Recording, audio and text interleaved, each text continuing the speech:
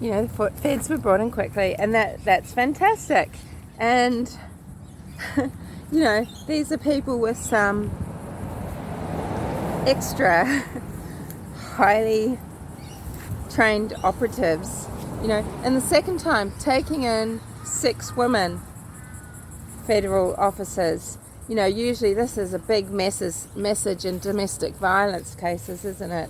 That's what I thought. Oh, okay, now they're trying to tell Barry that this is what they think, or are we going to have an arrest and that there's domestic violence and a rage event or something, and then still no arrest. So you think, okay, well, is this theatrics? Who knows? You know, interestingly, in the Delphi case in Indiana, federal agents turned up before Abby and Libby were even found. I just find that really queer. You think, what sort of markers, you know, about the case made them do that? The way the girls were missing, was it the date, as Michael Catt might say? 2 girls missing, and they're assuming a serial killer, perhaps, you know. Well, a woman goes missing, and very quickly the federal agents are in. Are they thinking that this is big? This is a big criminal ring? This is way beyond, just the case of a man has killed his wife, you know. It's very interesting. You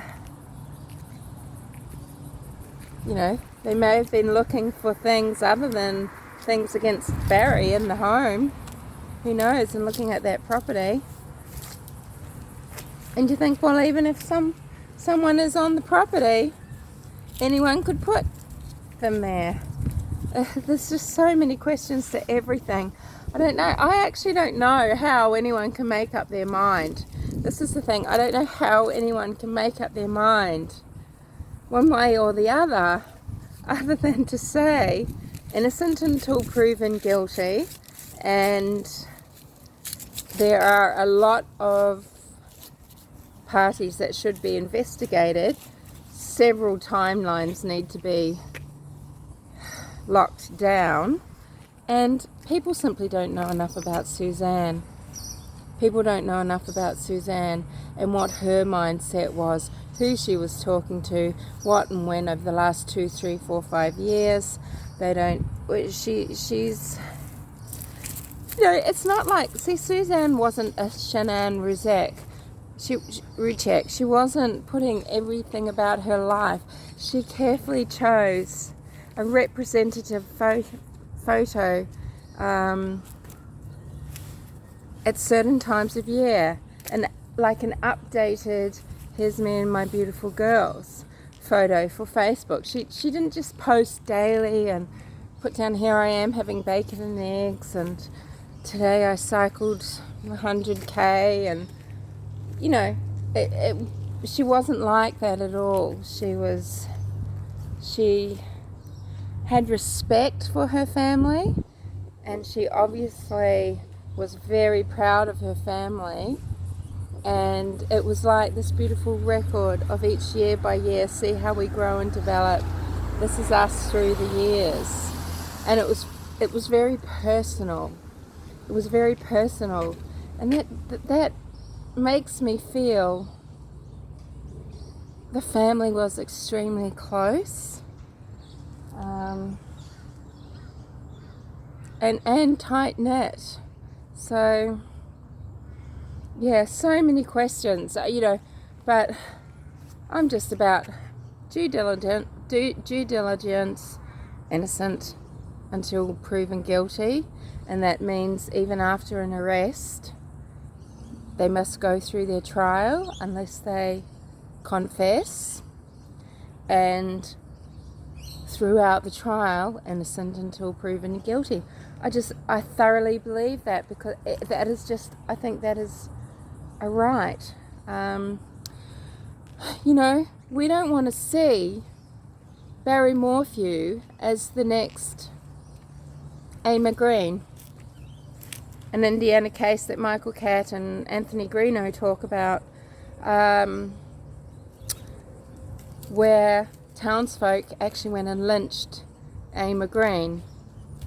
They rode in a 180 strong horseback mob, took him out of prison and hung him.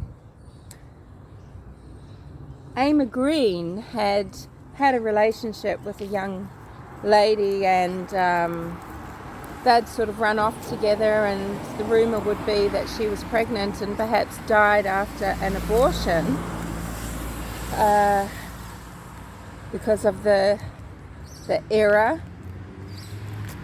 This is possible that it happened because it was unacceptable that the young lady, and I'm sorry I don't know her name so I don't want to botch it, I just won't say it at all,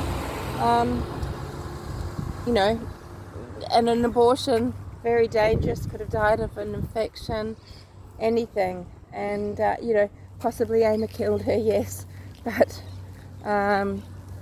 he was a little bit older than the young lady, but who's to say that they weren't wanting to be together, and that they both lived through this tragedy until such time as she developed infection and died, or it's unclear.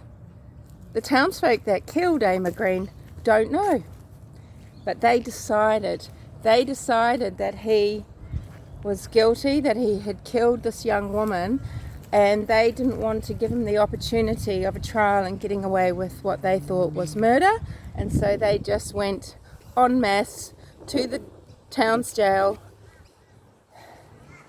crept in, stole him out, took him to a fork in the road and hung him. They did put his hat on afterward.